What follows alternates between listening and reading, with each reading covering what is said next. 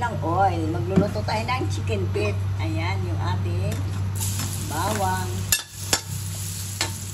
Sabayan natin ang sibuyas.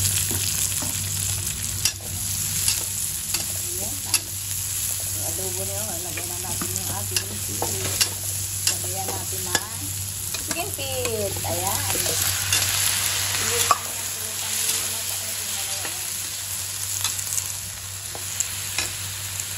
Lalagay natin laurel, paminta, sabay-sabay na yan.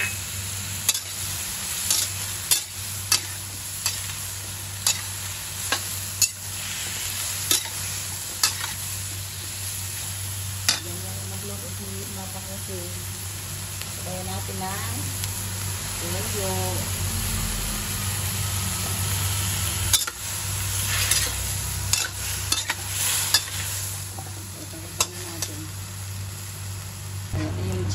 Natin. Lagyan natin ng water palulubot. Oo.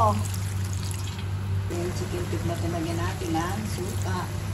Antayin lang natin kumulo ito. Tsaka natin haluin. Alam.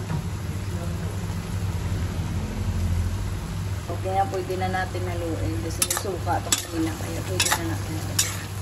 O patuyuin na lang yung mapakupin yung ating chicken feet. Kaya yung chicken feet natin, nalagay na natin sa plato. Like and subscribe. Thank you for watching.